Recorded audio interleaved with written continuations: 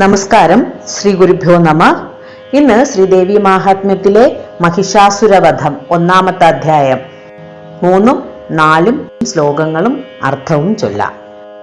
സ്വരോജിഷേ അന്തരേ പൂർവം ചൈത്രവംശ സമുദ്ഭവ സുരഥോ നാമ രാജാ ഭൂൽ സമസ്തേ ക്ഷിതിമണ്ഡലേ.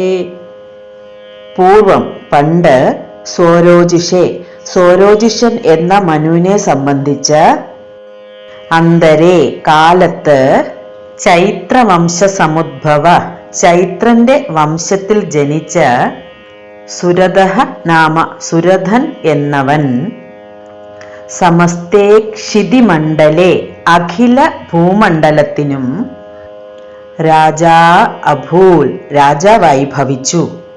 പണ്ട് സ്വരോജിഷൻ എന്ന മനുവിന്റെ കാലത്ത് ചൈത്രന്റെ വംശത്തിൽ ജനിച്ച സുരഥൻ എന്ന പ്രസിദ്ധനായ അവൻ അഖില ഭൂമണ്ഡലത്തിനും രാജാവായി ഭവിച്ചു. 4ാമത്തെ ശ്ലോകം.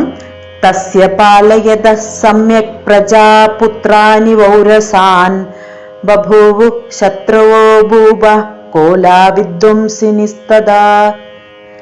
ഔരസാൻ പുത്ര ഇവ ഔരസാൻ പുത്രാൻ ഇവ സ്വന്തം പുത്രന്മാരെ പോലെ സമ്യക് വഴിയാകും വണ്ണം പ്രജാ പാലയത തസ്യ ജനങ്ങളെ രക്ഷിക്കുന്ന അവന്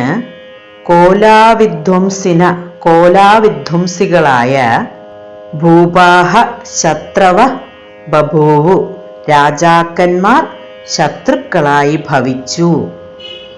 സ്വന്തം പുത്രന്മാരെ പോലെ നീതിശാസ്ത്രമനുസരിച്ച് ജനങ്ങളെ രക്ഷിക്കുന്ന ആ രാജാവിന് കോലാവിധ്വംസികൾ എന്ന രാജാക്കന്മാർ അതിശയേന ശത്രുക്കളായി ഭവിച്ചു.